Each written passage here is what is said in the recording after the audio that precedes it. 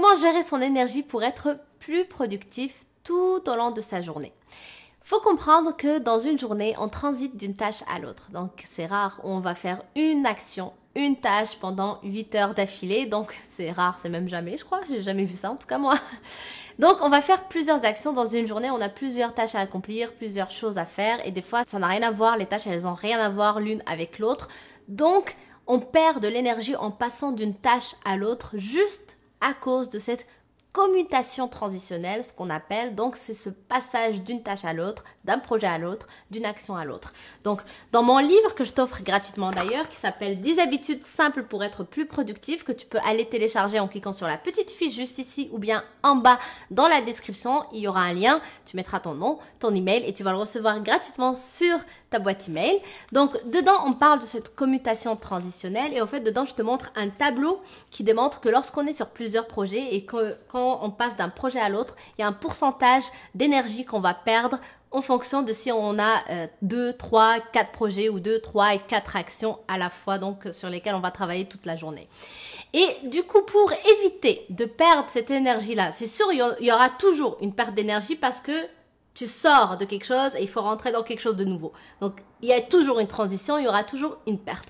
Maintenant, on peut quand même faire baisser le pourcentage de cette perte avec une astuce que je vais partager avec toi dans cette vidéo. Mais avant ça, si tu n'es pas encore abonné à ma chaîne, eh bien, je t'invite à le faire en cliquant sur le bouton rouge que tu vois juste ici.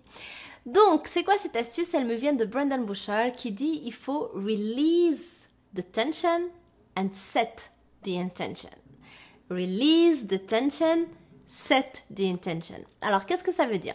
C'est-à-dire que quand tu finis une tâche, eh bien, il va falloir que tu te libères de la tension de cette tâche avant que tu passes à une autre. Donc, tu libères, donc release tension, c'est libère la tension. Set the intention, c'est définir l'intention.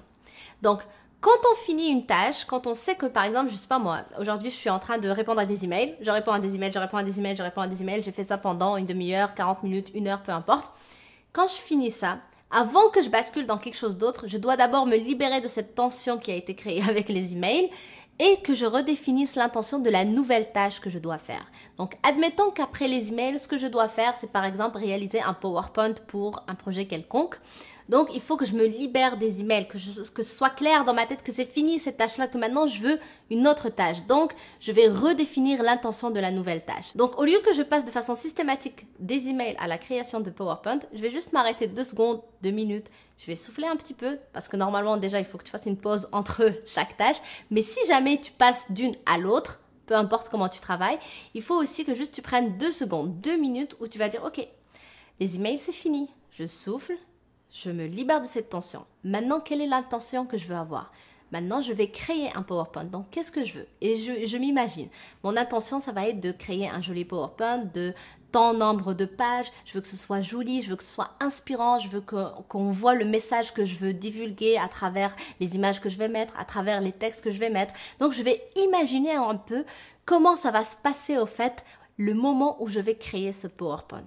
Et quand je fais ça, je me libère justement de ce qui vient de se passer au passé et je me concentre à 100% sur ce que je m'apprête à faire. Et donc, je perds moins mon énergie, elle est plus canalisée parce que je ne suis pas éparpillée, parce que je ne suis pas en train de créer le PowerPoint tout en pensant aux emails encore, ou je ne suis pas en train de finir les emails tout en disant « Mon Dieu, il faut vite que je passe à l'autre tâche ».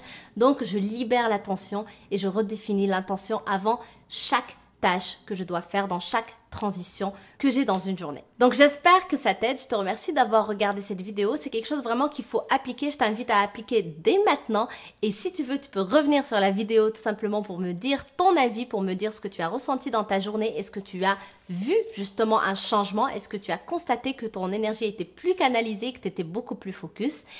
Et aussi, je t'invite, si tu ne l'as pas encore fait, à tout simplement télécharger mon livre gratuit, 10 habitudes simples pour être plus productif. Tu vas voir qu'on parle de beaucoup de choses là-dedans qui vont aussi t'aider à être plus productif, à t'organiser davantage pour concrétiser tout simplement tous les projets que tu as à mener. Donc, merci encore, je te dis à demain et d'ici là, pense à t'abonner à la chaîne. Bye!